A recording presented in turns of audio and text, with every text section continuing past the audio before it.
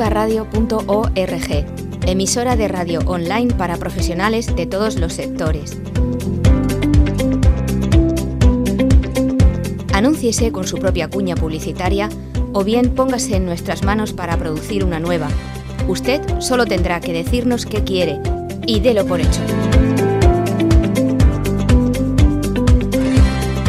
Su mensaje llegará literalmente a todo el mundo. Anúnciese en activaradio.org.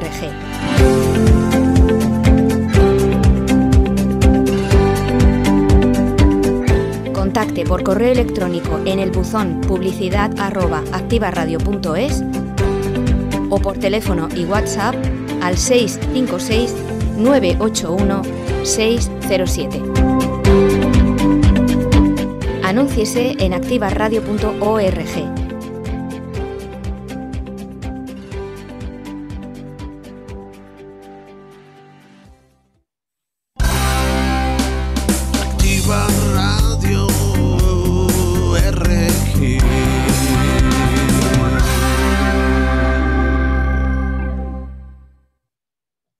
Buenas tardes, amigos, y bienvenidos, nautas, a bordo de La Victoria. Desde este portal iniciamos un día más una nueva singladura por Internet para todos los amantes del mar, de la historia de la navegación, de las grandes gestas náuticas y de nuestros grandes descubridores y marinos.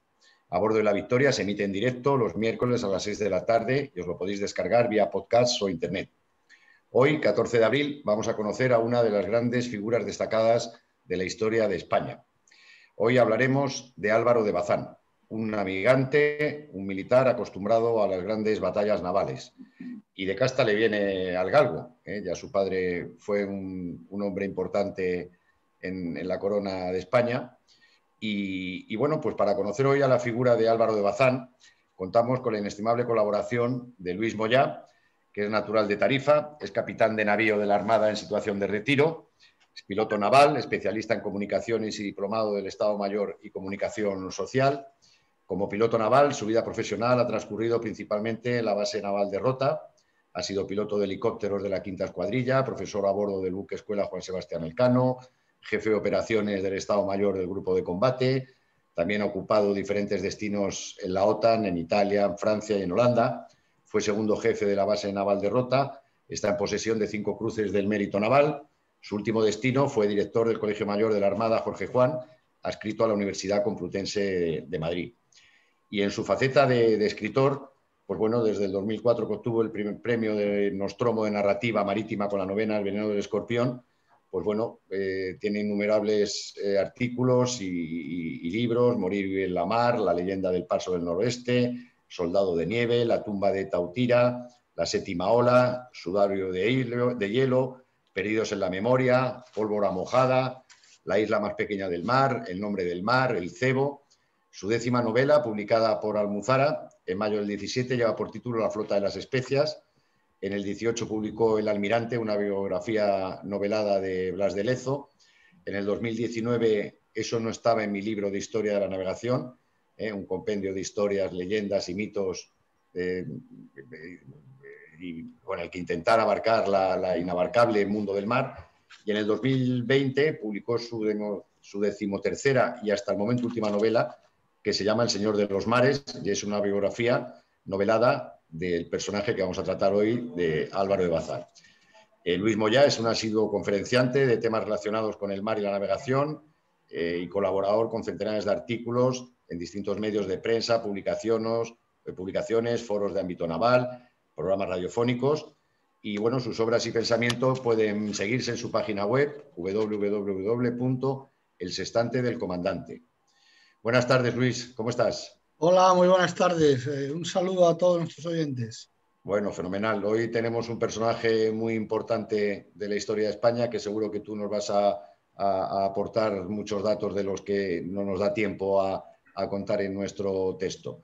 Y bueno, también tenemos con nosotros a Enrique Fuster, la voz de nuestro programa, que nos va a hacer un relato para meternos en harina de don Álvaro de Bazán. Enrique, cuando quieras. Buenas tardes, pues vamos allá. Venga. Don Álvaro de Bazán y Guzmán nació en Granada el 12 de diciembre de 1526 y murió en Lisboa el 9 de noviembre de 1588. Fue el hijo primogénito del armador y general del mar del mismo nombre, al que la historiografía conoce como Álvaro de Bazán el Viejo, y de Ana de Guzmán, hija del conde de Teba y marqués de Ardales. Álvaro de Bazán el Viejo había protagonizado la transición familiar de señor de mesnada a marino de guerra, habiendo sido nombrado capitán general de las galeras de España y de la costa de Granada.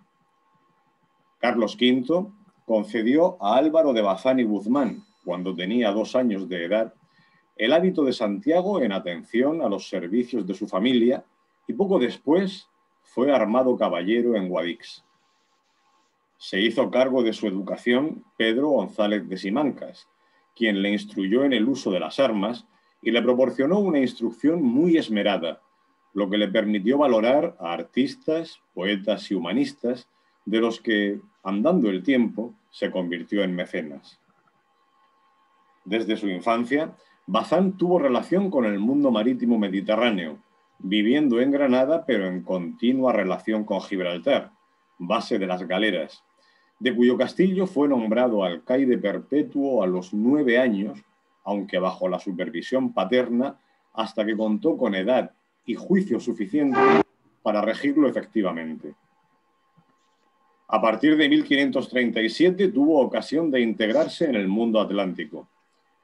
Como consecuencia del incumplimiento de una orden imperial de dirigirse a Génova, su padre, que había acompañado al emperador en la jornada de Túnez, fue cesado en el mando de las galeras de España y se desplazó al Cantábrico con el joven Álvaro, que poco a poco se fue familiarizando con la polifacética actividad de quien no solo era un mando naval ocasional de Carlos V en ambos mares, sino también constructor e innovador de nuevos tipos de buques, afortunado corsario, mercader con Indias y acaudalado armador de flotas que ofrecía luego en asiento a la corona. Nombrado en 1540 Álvaro de Bazán el Viejo, capitán general del Mar Océano, su hijo embarcó con cargo en su armada desde 1542 y asistió 2 años después al combate naval de Muros. En 1549 contrajo matrimonio con Juana de Zúñiga y Avellaneda, hija de los condes de Miranda, con quien tuvo 4 hijas, Mariana, Juana, Brianda y Ana, de las que la primera casó con el conde de Coruña y las demás tomaron los hábitos. El joven Bazán recibió su primer cometido oficial, custodiar el regreso de las naves procedentes de Indias. Para entonces había empezado a desempeñar actividades navieras y 3 años más tarde, ya muerto su padre, pudo sumar a la notable flota heredada 2 grandes naos y 2 zabras cántabras. Sus actividades como asentista fueron, sin embargo, disminuyendo conforme los cargos militares y las comisiones oficiales se iban sucediendo.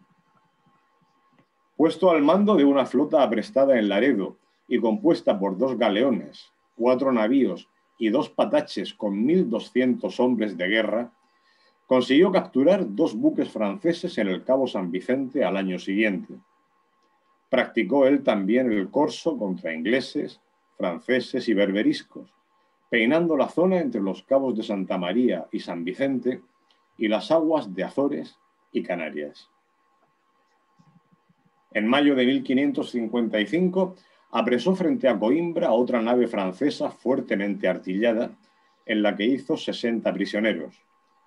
Con ocasión de avituallarse su flota en Sevilla y como consecuencia de un conato de motín entre las tripulaciones por el retraso en las pagas, se produjo un conflicto de competencias con el alcalde de esta ciudad que terminó con el arresto de Álvaro de Bazán en el domicilio del alguacil Francisco de Guzmán. Esta actividad en beneficio de la navegación de Indias se fue reduciendo por parte de Álvaro de Bazán hasta el punto de que en el lustro siguiente se convirtió en un general de galeras. En 1562, los comerciantes de la Casa de Contratación sevillana, alarmados ante los éxitos de un corsario turco llamado Ayaya, que había situado su base en el peñón de Vélez de la Gomera, amenazando sus flotas y mercantes, costeó el armamento de 8 galeras para vigilar el estrecho, a cuyo mando se puso a don Álvaro de Bazán. Con motivo de los aprestos para el socorro de Orán, Bazán sumó a sus buques otras 5 galeras en Barcelona y capturó con ellas, a la altura del Cabo de Gata, una galeota berberisca de 19 bancos de las del Peñón de Vélez, provista de rica carga y de la cual liberó a 60 cristianos. Ante el ataque turco a Malta en 1565, a Álvaro de Bazán le tocó reforzar los presidios norteafricanos y preparar la jornada de socorro, tomando cañones a bordo en Málaga y soldados y suministros en Cartagena, Barcelona, Palamós, Génova y Civitavecchia. En estos 2 últimos puertos incorporó 8 galeras de la Guarda del Estrecho y las del Papa. A su regreso a España, Bazán profesó en la Orden de Santiago, a la que pertenecía y de la que se convertiría en comendador mayor de León. Contrajo matrimonio por segunda vez en 1567 con María Manuel de Benavides, hija del conde de Santisteban, con la que tuvo 6 hijos. Nombrado capitán general de las galeras de Nápoles, con motivo de la sublevación de los moriscos, y mientras el resto de las escuadras se encargaba de apoyar al ejército en esta costa, recibió la orden de salvaguardar las italianas de cualquier ataque, al mando de una agrupación mayor, formada por sus 12 galeras napolitanas y 10 de las de Sicilia. Atento a todos los méritos acumulados y a la calidad de su persona y casa, el rey le concedió el título de Marqués de Santa Cruz. Formada tras larga dilación, la Santa Liga contra el turco se puso al frente de las escuadras cristianas a don Juan de Austria, y en el plan de batalla se asignó a Álvaro de Bazán la reserva o socorro. Alí Pasha, el generalísimo turco, enterado a su vez de la presencia cristiana, arrumbó hacia Cefalonia, y ambas flotas se encontraron el 7 de octubre de 1571, siendo la turca superior en barcos y muy equilibradas las dos en cuanto a fuerzas embarcadas. De nuevo se consultó a Bazán sobre si se debería luchar o esperar acontecimientos en un puerto resguardado, y se aceptó su parecer de presentar combate de inmediato, para lo que adoptaron ambas escuadras una formación similar en combate llamado en águila. Volvió a reunirse en Corfú la armada de la Liga al año siguiente, y en ella se integraron las 36 galeras napolitanas de Álvaro de Bazán. La armada de la Liga encontró a la enemiga protegida bajo la fortaleza de Navarino. En una de las acciones menores inmediatas a la indecisa batalla, en que una nao gruesa veneciana apareció en el horizonte y fue atacada por galeras turcas, la de Bazán, seguida de otras, atacó y apresó a la capitana de Mahomet Bey, nieto de Barbarroja. En poco más de media hora, los cristianos dieron muerte a este general y a más de 100 turcos, por lo que la nave le fue entregada a Bazán por Juan de Austria con sus ricas galas y numerosos esclavos. De regreso a Mesina, tras lo que había sido una infructuosa campaña para la Santa Liga, supo el marqués de Santa Cruz que el rey le había hecho merced de las ricas encomiendas de la Alhambra y Solana, pertenecientes a la Orden de Santiago, que rentaban 6.000 ducados anuales. En junio de 1576 se preparó para realizar una nueva campaña junto con los caballeros de San Juan. Llegados a Malta, se decidió a atacar la isla de Kerkenes, en la costa tunecina, con sus 36 galeras y 4 de los sanjuanistas, de donde se sacó un cuantioso botín en ganado y 1.200 esclavos que trasladó a la base de Siracusa, en Sicilia. Al regreso de su campaña pudo hacerse cargo de un nuevo mando como capitán general de las galeras de España, para el que había sido nombrado un año antes, dedicándose con ellas a socorrer Ceuta y Tánger, amenazadas continuamente por el rey de Fez. Con motivo de la anexión de Portugal y en apoyo del ejército invasor del duque de Alba, tomó desde el mar diversas fortalezas en el Algarve y la desembocadura del Tajo, y en Setúbal puso en fuga a los galeones del príncipe Antonio, prior de Crato, colaborando así en la conquista de Lisboa. Vencidos en el Portugal metropolitano, los partidarios del pretendiente al trono de Portugal, se refugiaron en las Azores, donde se hicieron fuertes con el propósito de reunir adhesiones para reconquistar el reino. Felipe II encargó al marqués de Santa Cruz la toma de las islas. La flota a su mando apareció ante la isla de San Miguel e inmediatamente avistó una escuadra procedente de Francia que había acudido en socorro del pretendiente, el príncipe Antonio. A pesar de que era más poderosa y contaba con 30 naves de gran porte, Álvaro de Bazán decidió atacarla sin esperar el refuerzo de la flota andaluza que aguardaba. Este primer encuentro se redujo a una escaramuza, pero al mediodía siguiente se entabló el combate, provocando la desbandada general de su campo, con pérdida de 10 grandes naves frente a ninguna española. El anuncio del inmediato arribo de las naves de Indias y la necesidad de brindarles protección con su flota obligó a Álvaro de Bazán a dejar para el año siguiente el desembarco y la ocupación de las islas.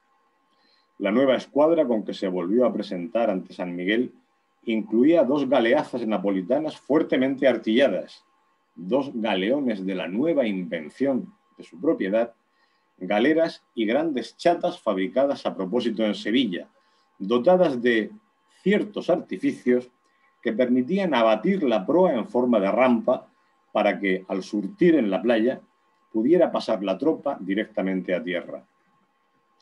Aunque el año transcurrido les había permitido a los portugueses obtener refuerzos, hubieron de rendirse tras el desembarco español y los primeros combates, consiguiendo en esta ocasión salvar su vida a los franceses. Una vez dominadas también las islas de Fayal, San Jorge y El Pico, Álvaro de Bazán regresó a España y entró en Cádiz, seguido de toda la armada engalanada. Pocos días después, Felipe II hacía venir a la corte al marqués de Santa Cruz y le ordenaba cubrirse en su presencia, convirtiéndose así en Grande de España y confirmándole como capitán general del mar Océano y de la gente de guerra del Reino de Portugal. Como respuesta a la agresiva política de Isabel I de Inglaterra, Álvaro de Bazán convenció a Felipe II en 1586 para que le permitiera organizar la invasión de aquel país. Cuando ya parecía todo dispuesto, una epidemia de tifus exantemático volvió a retrasar la salida de la mayor flota que había de cruzar hasta entonces el océano y acabó con la vida de Álvaro de Bazán. A finales de diciembre de 1587, la división de Miguel Oquendo había llegado a Lisboa con afectados por esta peste, a la que se denominó tabardillo de pintas coloradas, y al mes siguiente se había extendido a toda la flota, por lo que hubo que evacuar a los enfermos a los hospitales de tierra. Allí los había visitado el marqués de Santa Cruz, contagiándose casi al mismo tiempo que recibía la noticia de su cese y del nombramiento del duque de Medina Sidonia como capitán general. En la lápida que presidía el enterramiento primitivo podía leerse: peleó como caballero, escribió como docto, vivió como héroe y murió como santo. Muy bien, muchas gracias, Enrique. Magnífico relato.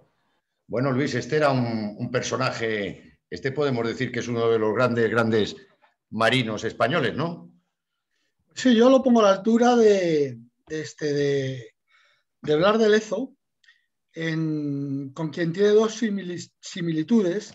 Una es que son precisamente los dos únicos almirantes, en este caso españoles, pero de todas las flotas de todo el mundo, de todos los tiempos, imbatidos. Es decir, ganaron todas las victorias en las que, ganaron, perdón, todos los combates en los que se empeñaron. Esta es la primera similitud. Y curiosamente, y esto debe ser algo muy nuestro, igual que don Blas de Lezo, pues la única batalla que perdieron fue la de la administración española, precisamente la de sus reyes en ambos casos.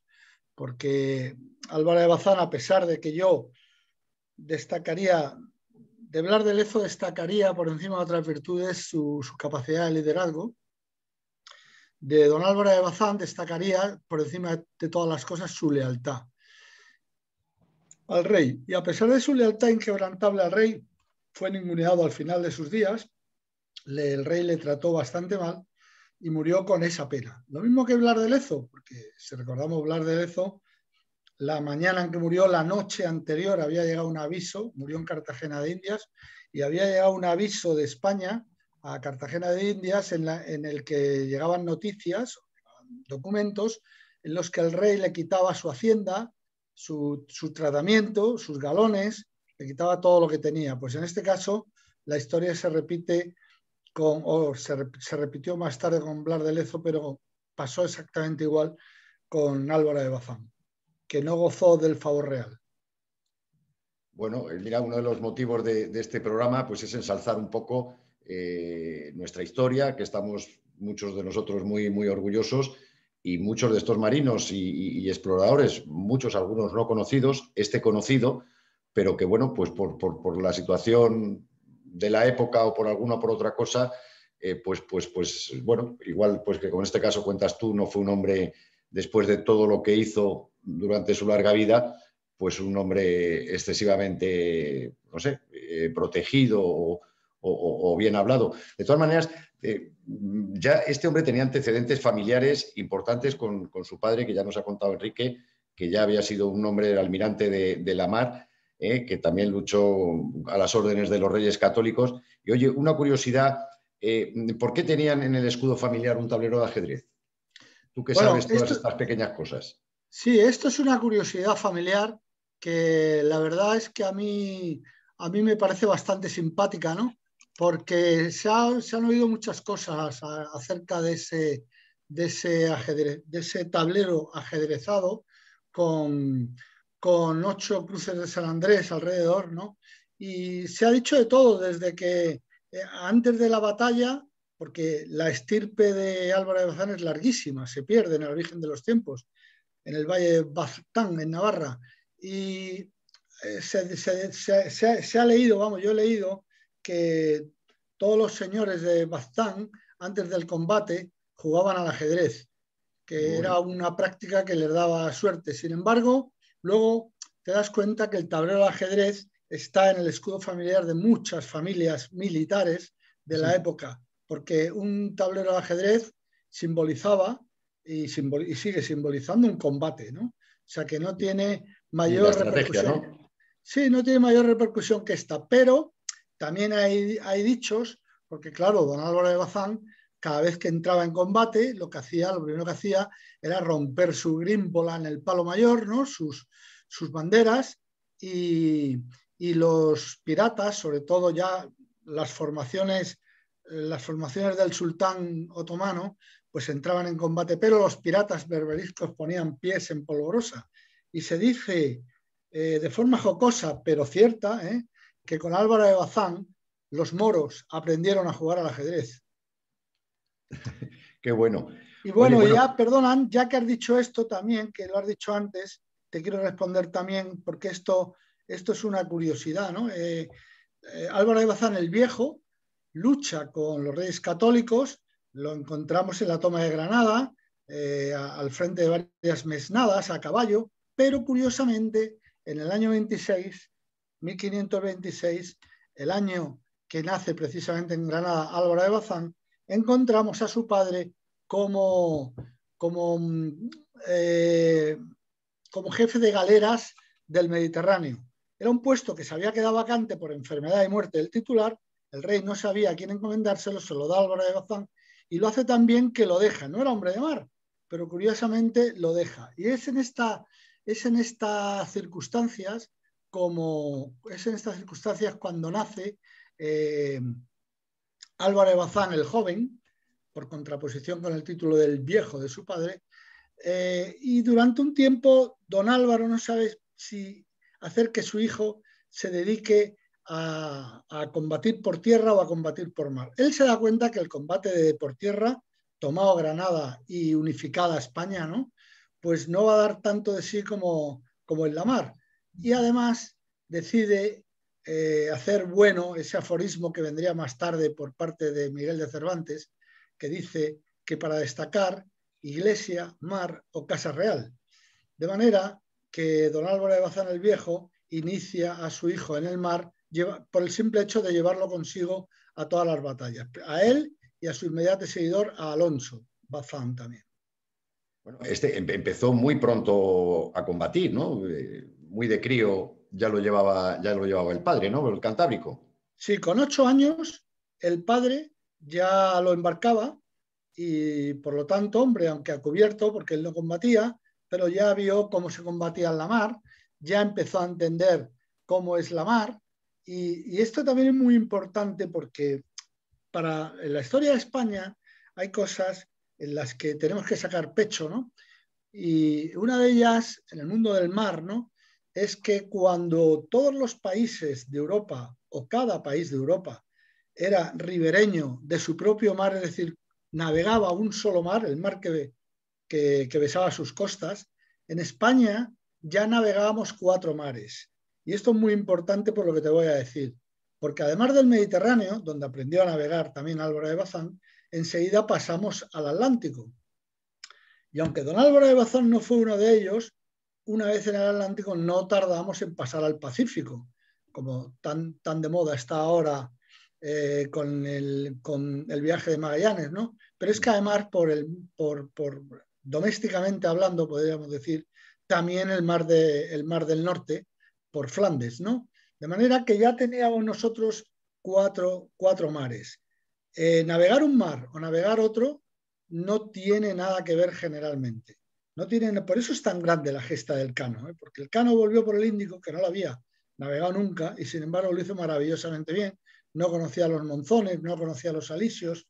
Por eso, para un marino al que sacas de su mar y se sigue imponiendo en otro mar, es importantísimo porque es un hombre que quiere decir que domina los mares. El Señor de los Mares, título de la novela que escribí yo, tuve un pequeño pulso con el editor, que no es otro que Manolo Pimentel, que fue ministro de Trabajo en el primer gobierno de Aznar, porque yo me parecía que le hacía poco honor con eso del Señor de los Mares, porque yo creía que más que de los mares era de los vientos, porque para navegar hay que conocer muy bien el viento. El viento del Mediterráneo no tiene nada que ver con el del Atlántico, el del Atlántico no tiene nada que ver con el del Pacífico, el del Pacífico no tiene nada que ver con el del Mar del Norte, y así sucesivamente. Pero es que Bazán no solo los dominaba todos, sino que fue al final un hombre que en virtud de los vientos de cada mar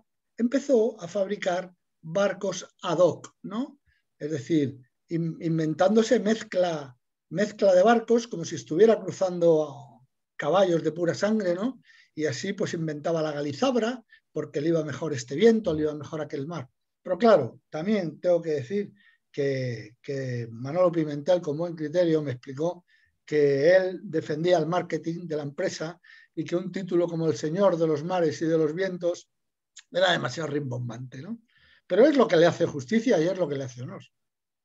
No, además, hay una cosa que me gusta mucho y trataremos en algún capítulo y vamos aprendiendo poco a poco y vamos enseñándonos a nuestros oyentes que no solo aparte de dominar los vientos y tal, hay que dominar el tipo de barco, ¿eh? Y ya vamos viendo pues que, bueno, pues la nao era un tipo de barco que seguramente para el cabotaje de mar de altura era estupendo, la galera era otro barco diferente, la carabela, quiero decir que cuando llevamos unas flotas tan enormes como estas, lo que es sorprendente es, bueno, pues los que sabemos un poquito o navegamos un poquito, dice, bueno, es que depende de qué barco te quedas detrás, si no vas al mismo ritmo o no andas o no ciñes lo que ciñen los demás, ¿no? Entonces esto siempre me sorprende, que llevando 30 barcos de diferentes, cada uno de su padre y de su madre, pues era capaz como decimos en este tablero de ajedrez, pues ser capaz de mover todas las piezas y saber hacer la envolvente a quien fuese o saber luchar, ¿no?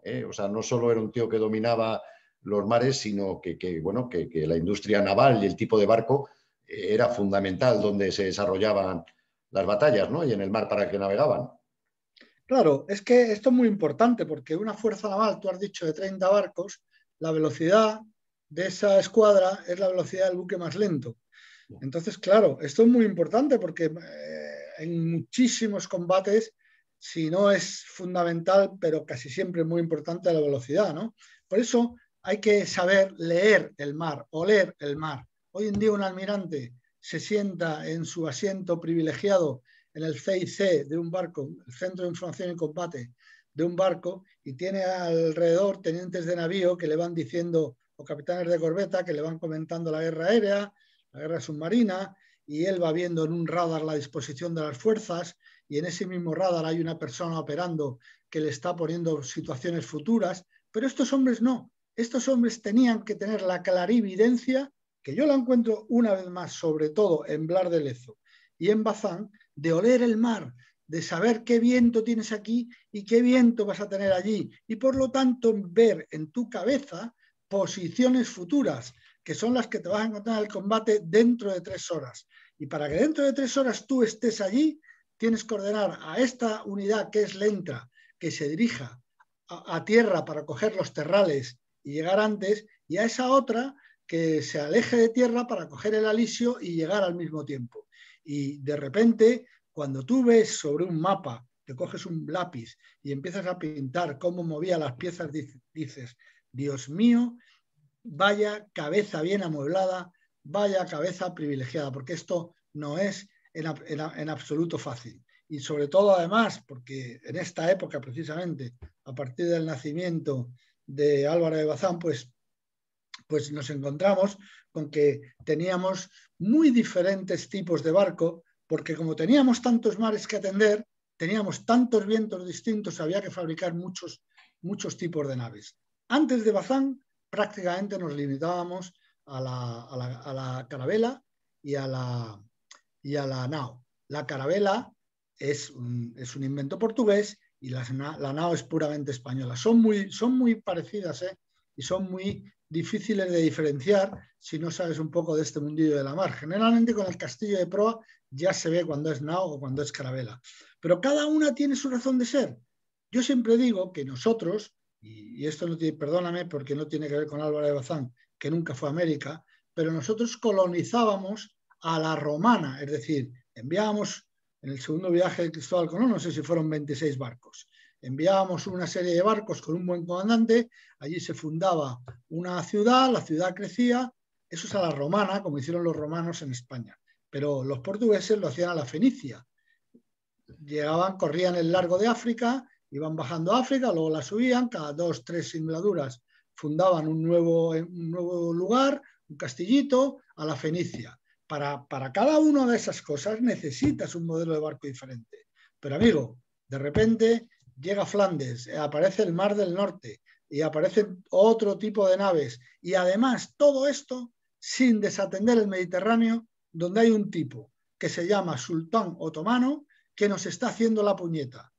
Y en el Mediterráneo el barco fundamental tiene que ser otro distinto, porque los vientos, tú que eres de por allí lo sabrás mejor que yo, los vientos del Mediterráneo son una completa locura, porque hoy en este lugar hace un viento X y mañana en este mismo lugar hace un viento 3X, pero es que a 50 millas de ahí hay un viento completamente diferente, en intensidad y en dirección. El Mediterráneo es una locura, por eso la nave del Mediterráneo no podía ser otra que la galera, porque es verdad que tiene la vela como uno de los focos propulsores, pero fundamental los remos, porque nunca sabías qué viento te ibas a encontrar, y si era contrario, no es como una nao que va a América con viento contrario y ciñe, no, estos eran barcos que no podían moverse si no era a base de remos. Por eso, don Álvaro tiene todo esto en su cabeza y juega con todo esto y sabe perfectamente dónde y cuándo y con quién pelea. Bueno, pues de eso que estábamos hablando del escudo del tablero de ajedrez, le va como anillo al dedo. Porque sí, es que es una... Sí, a mí me parece... Era un sí, estratega, por lo que nos estás contando, era un tío que sabía mover sus peones, era un tío que sabía adelantarse 10 jugadas por delante de la que estaba, y entonces dices, bueno, le venía lo del tablero fuera del señorío del Batán o fuera entregado a él y a sus familiares, desde luego, como anillo al dedo. Sí, no es baladí que sea el... En estos escenarios que estamos hablando de sus combates, este se peleó con todos, ¿no? Este se peleó con ingleses, con franceses, con berberiscos, con turcos. Haznos ahí una breve reseña de todas, estaban en todos los frentes, ¿no? Y aparte le mandaban a todos, ¿no? Bueno, nadie lo ha sintetizado mejor que Lope de Vega en su famoso Al fiero turco en Lepanto, en la tercera al francés, en todo el mar en inglés tuvieron de verme espanto. Es decir, Álvaro de Bazán formó parte del combate de Lepanto, importantísimo. Además, este año se cumplen 450 años de este combate. Supongo que a partir de verano empezaremos a oír hablar de Lepanto. Lepanto fue fundamental. Si en el año 1212, si en el año 1212, precisamente el día del Carmen, todavía no lo era, el 16 de julio, le paramos los pies a los musulmanes en las Navas de Tolosa, porque los musulmanes lo que tenían era una fuerza de penetración en Europa para islamizar Europa, que siempre ha sido su intención. En ese año le paramos los pies los españoles. En Lepanto pasó exactamente lo mismo. En 1571, poco antes de la batalla de Lepanto, y sobre todo con la toma de Chipre por parte de los otomanos, el Imperio Otomano era una pinza sobre Europa. Por el mar Mediterráneo ya habían ido tomando islas y tomando puntos estratégicos en el norte de África, y por tierra ya habían llegado a Hungría. Eso era una tenaza que estaba a punto de cerrarse. Y además tenían incluso, porque la historia se repite caprichosamente siempre, tenían incluso su caballo de Troya en Francia, que era Francisco I, que exclusivamente por odio a nuestros reyes, pues había pactado alianzas con el turco. En ese momento, si la tenaza se cierra, por fin los musulmanes consiguen islamizar Europa. Pero, amigo, estaban ahí una vez más los españoles, aunque es verdad que en este caso fue una Liga Santa, ¿no? Pero una Liga Santa en la que además fundamentalmente fue España, ¿no? El 90% de la Liga Santa, lo demás era Venecia, pero Venecia se presentó en Siracusa con sus naves para la batalla de Lepanto, pues con muy pocas naves y muy pocos guerreros, hasta el punto que fue precisamente Álvaro de Bazán el que tuvo que hablar con el almirante veneciano Barbarigo, porque no había cumplido las cláusulas de la Liga Santa, y tuvo que ser el que facilitara que la situación no se les pusiera en contra, ¿no? Precisamente por la actitud del almirante veneciano. Y luego estaban también las 12 galeras papales de Colonna, pero prácticamente aquello era España. A mí me gusta decir, y de esta manera, además, más gráficamente, ¿no? Para condensar la batalla de Lepanto, lo que fue la batalla de Lepanto, que nuestros oyentes imaginen, como era la guerra de galeras en la época, dos frotas de galeras una frente a otra, y en una la española encuña 3 partes, lado de babor, pues un montón de galeras, en el centro don Juan de Austria, y a la derecha pues Andrea Doria, también con muchísimas galeras. Y detrás la escuadra de refresco, la escuadra de reserva. En este caso, y enfrente la musulmana, al mando de Ali Pachá, y lo mismo con 3 en media luna. Lógicamente se tenían que enfrentar las de izquierda de España con las de la derecha musulmanas, centro con centro e izquierda con izquierda. Pero don Juan de Austria hace allí algo que le diferencia a Alí Pachá. Alí Pachá incorpora toda la fuerza de reserva para que le acompañe a atacar a la flota del centro español, a la de don Juan de Austria, como un espolón, ¿no? Y don Juan de Austria dice que no, deja la flota de reserva a popa del todo. Esto fue inteligentísimo y a la postre fue lo que llevó a ganar la batalla, porque por la izquierda, era la izquierda, entre españoles y musulmanes, enseguida se resolvió la batalla del lado español, lo cual, desde luego, hizo mucho porque finalmente fuéramos los vencedores, porque las naves de la izquierda pasaron a ayudar a las del centro. Pero en el centro, como el sultán tenía muchas más naves que Juan de Austria, la galera real, la de don Juan de Austria, se vio inmediatamente rodeada por enemigos que eran mucho más, la sultana. Pero ahí es donde aparece don Álvaro de Bazán, porque Juan de Austria sabía que Álvaro de Bazán era un navegante y un combatiente que conocía también su oficio, que le dijo: tú maneja la escuadra de reserva como a ti te parezca bien, a tu libre disposición. Pero claro, Álvaro de Bazán, y esto no era fácil, porque imagínate que desde los primeros compases, esta fue una batalla inicialmente artillera y los cañones de la época, la pólvora, hacían un humo tremendo, enseguida los incendios, es decir, allí las señales de bandera era imposible verlas. Y las de voz, por medio de timbales y de cornetas, las órdenes que se daban también quedaban ahogadas por el estruendo de las maderas rotas y de los cañonazos, ¿no? De manera que funcionó mucho la intuición. Y ahí don Álvaro de Bazán, viendo en apuro a don Juan de Austria, se lanzó en su apoyo y fue él, don Álvaro de Bazán, con su galera La Loba, la que llegó a donde estaban enfrentando, es que ya había clavado el espolón, la sultana, galera de Pachá, ya había clavado el espolón a la Real y estaban empezando a desembarcar con sus cimitarras para atacar a los cristianos, ¿no? Y ahí llega don Álvaro de Bazán con la buena fortuna, además, de que un arcabucero le dispara en la cabeza a Pachá y lo mata. En ese momento, con una pica, levantan la cabeza del musulmán y, bueno, en ese momento la guerra era así, en ese momento prácticamente se acaba la batalla, ¿no? Porque ha caído el jefe. Perdón, ¿ibas a decir algo? No, esto te iba dos cosas curiosas. Has dicho que era una batalla más de artillería que del cuerpo a cuerpo, o una vez que no. los barcos se chocaban entre ellos y el espolón. No, esto es uno de los riesgos de sintetizar. Las formaciones llevaban a proa galeazas que eran verdaderas fortalezas flotantes. Lo que tenían las galeazas, que necesitaban de 300 remeros, lo que tenían las galeazas eran la artillería pesada, vamos a llamarle, ¿no? Fundamentalmente lombardas y pedreros. Estos eran los que iniciaban la batalla artillera. Pero una vez que se producía en la batalla de galeras, todo terminaba igual en una melee.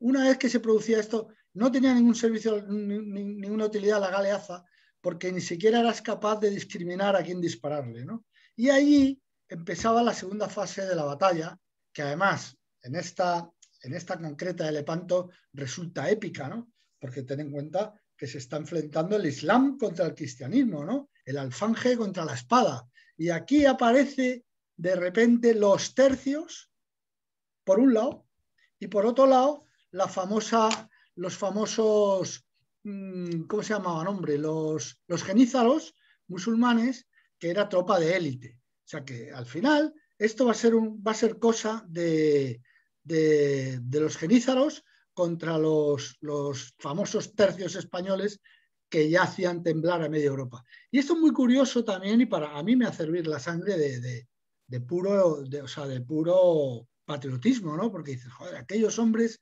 Es que además, yo siempre digo, cuando cuento esta batalla, yo siempre digo que la gente imagine un partido de fútbol americano en el que Bazán, que tiene la fuerza de reserva, está detrás de todos, es el quarterback.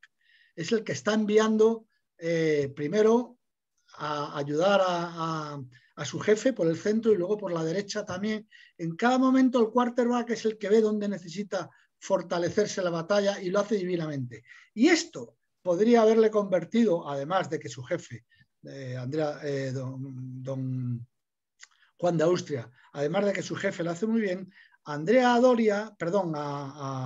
de Bazán podría haberlo convertido en el MVP, siguiendo con la, ¿no?, de la batalla. Pero yo, como MVP, me quedo con los tercios. Los 4 tercios que embarcaron en Lepanto, a cuál más fiero, a cuál más bravo, y que ganaron la batalla. Es verdad que los musulmanes, excepto los genízaros, no tenían armas de fuego, utilizaban flechas envenenadas, y los tercios tenían sus arcabuces, pero de todas maneras es que la fiereza y la fuerza de combate de los tercios, que yo sintetizo en el de Lope de Figueroa, que mandaba el tercio de Granada. Lope de Figueroa había estado 4 años preso de los berberiscos, que lo habían... su padre tuvo que pagar por él 4.000 ducados de la época, que no era ninguna tontería, pero estuvo 4 años remando, ¿eh? Y yo me imagino a Lope de Figueroa, que fue el tercio que entró y que fue el tercio que mató a Ali Pachá. Yo me imagino a Lope de Figueroa, pues las ganas que tendría de batalla, ¿no?, contra esta gente. Es decir, quarterback, Álvaro de Bazán, MVP, los tercios, y los vamos, si quieres, a sintetizar en Lope de Figueroa, que mandaba el tercio de Granada. Desde luego ahí los tercios le enseñaron al mundo lo que era combatir. Y claro, terminada la batalla, que muchos tienen por la más sangrienta y la más fuerte de cuantas han ocurrido en la mar, en ese momento pues ya la flota turca se queda para navegar cerquita de casa y sin grandes intenciones de luchar más en Europa. Y gracias a eso paramos el segundo intento de penetración del Islam en Europa. Ahora, tengo que decirlo, aunque no sé si es políticamente correcto, pero tengo que decirlo, que estamos asistiendo en presente, en vivo y en directo, al tercer intento de una manera mucho más sutil, una ósmosis que no para, y vamos a ver qué pasa. Necesitaríamos aquí otro don Álvaro de Bazán. Así lo pensamos más de uno. Oye, dos preguntas. Cuando te refieres a los tercios, siempre parece que pensamos que son las tropas terrestres, pero bueno, entiendo que esto eran tropas terrestres que estaban en tierra o estaban en la mar, donde tuvieran que servir, ¿no? Eso, por un lado, el confirmarme esto, que siempre cuando hablamos de los tercios parece que nos suenan los de las picas y lo de la rendición de Breda, por ahí por Flandes, y veo que en el mar, pues bueno, eran ejércitos igual de luchadores, igual de bueno. Y luego, por curiosidad, ¿qué duró la batalla de Lepanto desde que se ven una flota enfrente de la otra? Eso que estamos contando de tanto barco, de tanta masacre, de tanto fuego, de tanto humo, ¿en cuánto se resolvía? ¿Qué duró? ¿Qué días duró? Pues empezando por la segunda pregunta, que es más rápida de contestar, desde el amanecer hasta las 2, las 3 de la tarde. Eso fue lo que duró la batalla en sí, y que además empieza con una arenga de Juan de Austria. Todo el mundo, imagínate la flota, 206 galeras, todo en silencio, y de repente la voz de don Álvaro, de Juan de Austria, que retumba, con 26 años que tenía. Hijos míos, a morir hemos venido, o a vencer si el cielo lo dispone. No deis ocasión a que el enemigo os pregunte con arrogancia impía: ¿dónde está vuestro Dios? Pelead en su santo nombre, porque muertos o victoriosos habréis de alcanzar la inmortalidad. Esto lo pronuncia don Juan de Austria conforme está saliendo el sol, y la batalla termina cuando ya se retiran los otomanos. En realidad el 80% de la flota queda en poder de los cristianos, pero ya cuando se retiran, pues son las 2, las 3 de la tarde. Y respecto a la primera pregunta que me has hecho, los tercios, bueno, aquí es importante decir, y además si me oye algún compañero infante de marina me colgaría de los pulgares si no lo digo, es que estamos hablando del ejército más antiguo del mundo, que es la infantería de marina española. 481 años la contemplan. Qué Es bueno. decir, los tercios peleaban en tierra, pero la infantería de marina también pelea en tierra. Lo que pasa es que la marina la lleva por mar, por eso en su lema dice valientes por tierra y por mar. Pero lo que tú me has preguntado no es una pregunta baladí, porque es verdad, los infantes de marina tienen ese sabor, ¿no?, que son tanto navales como de tierra, ¿no?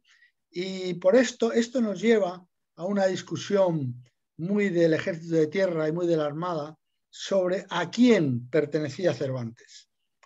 No nos ponemos de acuerdo, los marinos decimos que era infante de marina y los de tierra dicen que era militar de tierra, sin más. Pero bueno, que mientras haya estas pequeñas disputas, lo importante es que a la hora de la verdad, como es en este caso el 7 de octubre de 1571, nos pongamos de acuerdo a la hora de repartir estopa a los enemigos de España, ¿no? Oye, y bueno, ya que nos vamos, que nos quedan ya 10 minutos, que se nos pasa el tiempo delicioso escuchándote y contándonos anécdotas de este personaje. Bueno, los últimos años veo que no para el hombre de pelear, y ya los últimos planes antes de ponerse malo y de coger el tifus es pues una sugerencia que le hace al rey de ir contra Inglaterra. Es decir, que había que ser osado para intentar ir a conquistarles allí a sus islas, ¿no? Ya, bueno, es así, justo, es así. Pero es que eso es precisamente lo que viene a hacer en la tercera, en la isla Tercera. Recordemos, el filo turco en Lepanto, en la tercera el francés. Ahí lo que pasa es que el prior de Crato, vencido, como muy bien ha dicho nuestro introductor, vencido en tierra continental, ¿no?, en la Portugal continental, se retira a las Islas Azores, pero para rearmarse, con el apoyo fundamentalmente de Francia, y porque Inglaterra en ese momento no es nadie, pero Francia apoya, porque la reina de Francia nos odiaba. Francia apoya y manda una escuadra a la tercera para derrotar a los españoles. La batalla de las Islas Terceras es muy importante, primero porque acaba con los últimos reductos del prior de Crato, que ya por fin tiene que exiliarse y huir a Inglaterra precisamente. Pero es que además, desde el tener las Islas Azores, ponía en peligro el regreso de la flota de Indias, que era de lo que nos nutríamos. Pero es que además no es solamente la flota de Indias española típica que hemos oído hablar, que vuelven los galeones y joder, tenemos que hablar del galeón. No es solamente que pone en peligro la riqueza de la que nos nutrimos con el regreso de la flota de Indias, es que además por las Azores, como último puerto antes de regresar a España, es por donde llega la flota de Indias portuguesa también. Es decir, la flota portuguesa, que ya está en ese momento, en 1526, están establecidas en Calcuta, envían todos los años a España, a Portugal, todas las riquezas de por allí, que es lo que mantienen vivo a Portugal. Ganando la batalla de las Islas Tercera, Álvaro de Bazán no solo entrega a su rey Felipe II su flota de Indias para que no le falte, que en ese momento precisamente Felipe II había pasado una crisis económica que no tenía dinero, vamos, sino que además pone a su servicio también la flota de Indias portuguesa. Y en ese momento, en 1526, justo cuando nace don Álvaro de Bazán, está teniendo lugar una guerra que casi nadie conoce, entre españoles y portugueses al otro lado del mar. Es decir, en las Islas de las Especias, los españoles se han posicionado en Tidore, los portugueses en Ternate, y estamos allí durante 3 años zurrándonos una guerra sorda aquí en Europa, pero muy importante en los anales de la historia. Don Álvaro sale vencedor de esta batalla y le dice, es cuando el rey le nombra caballero cubierto ante el rey, grande de España, ¿no?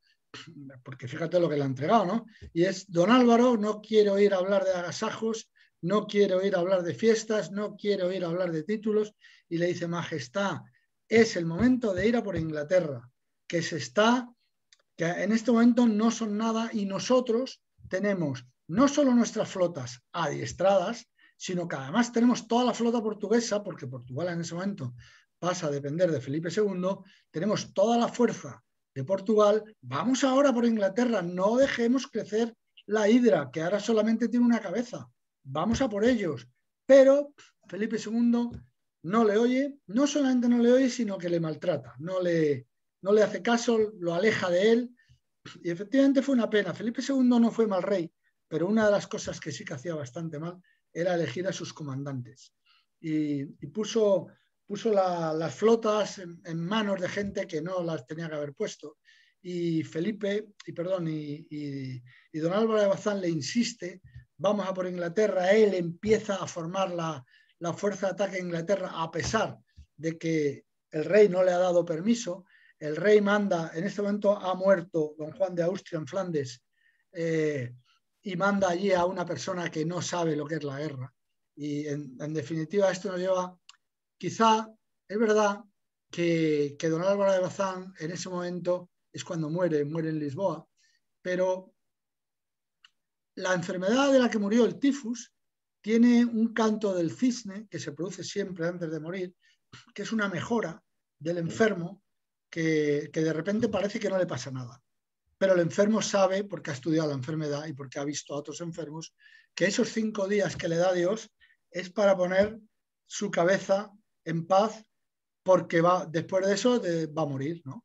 Y en ese momento don Álvaro aprovecha para hablar con el rey y decirle: Majestad, voy a morir, esto no tiene solución, tengo tifus, me voy a morir, por favor, poner la escuadra en manos de mi hermano Alonso o de don Miguel de Oquendo, uno de los dos, porque ellos han combatido conmigo, ellos saben lo que hay que hacer. Y don Felipe II no le hizo caso, una vez más decidió poner a otra persona, en este caso creo que fue el 4º o 5º, no me acuerdo, duque de no me acuerdo ahora, este inútil que se mareaba en los barcos su único empeño era en casarse con una niña de 5 años en Sevilla, porque, en fin, ¿para qué vamos a tocar esos temas? Bueno, es que esto sí ocurría, que es que algunas veces, en vez de elegir buenos marinos o buenos militares, la cosa esa de la hidalguía, de darle el mando a una buena escuadra, a un hidalgo que no había hecho nada más que haber nacido en buena cuna, pues ocurría esto, ¿no? Que en vez de estar las escuadras y las conquistas al mando de los que sabían y tal, pues ponían siempre una figura hidalga, ¿no? Y ya, bueno, ha ido. La verdad es que también el siglo XVI español, el intentar aguantar tanta lucha, tanta guerra en tantos francos, dice, bueno, es que era prácticamente imposible, no hubiera habido ahora tampoco ningún país, ni Estados Unidos, ni nadie que pudiera estar en tantos frentes, con tantos hombres, con tantos medios y luchando. Si en vez de hubiera sido repartido en otros siglos, si no hubiera sido todo ahí en el concentrado en el siglo XVI, pues seguramente, pues España, y si no hubiera habido algún inútil por el medio, pues hubiéramos tenido, por lo que tenemos, que pensamos que es un gran país, pero seguramente no haber pasado también otros años de penuria y que nos pasaran alguna otra potencia. Bueno, estamos acabando, Luis, ha sido un placer y nos harían falta 3 programas más para ensalzar la figura de este Álvaro de Bazán. Es un hombre, un personaje peculiar y bueno, pues valga este programa para enseñar a las gentes jóvenes y a alguno menos joven, pues un poco la historia de España, de la que, como decimos, muchos de nosotros estamos muy orgullosos. No bien, a ver si hacemos un poquito de fuerza para la leyenda esa negra que hemos sido los peores llevando el marketing de nuestra nación, y nos han sabido otras naciones tener un marketing mucho más interesante que el nuestro y bueno, pues conocer la historia. Ha sido un placer, Luis. Nada, agradecerte que hayas estado con nosotros. Espero que puedas estar en algún otro programa, pues con algún otro personaje, comentando alguno de tus libros. Estoy loco por llegar también a Blas de Lezo, que me parece un personaje interesantísimo. Y bueno, pues dar las gracias también a nuestros oyentes que nos hayan dedicado estos minutos y bueno, pues vamos ampliando la vida de estos marinos y militares españoles. Pues nada, solo despedirme de todos desde este portal y a bordo de La Victoria. Os espero el próximo miércoles a las 6 de la tarde en activaradio.org. Buenas tardes a todos y buena proa. Muchas gracias. Muchas gracias y hasta que me necesitéis otra vez. Muchas gracias, Luis. Un saludo. Activa Radio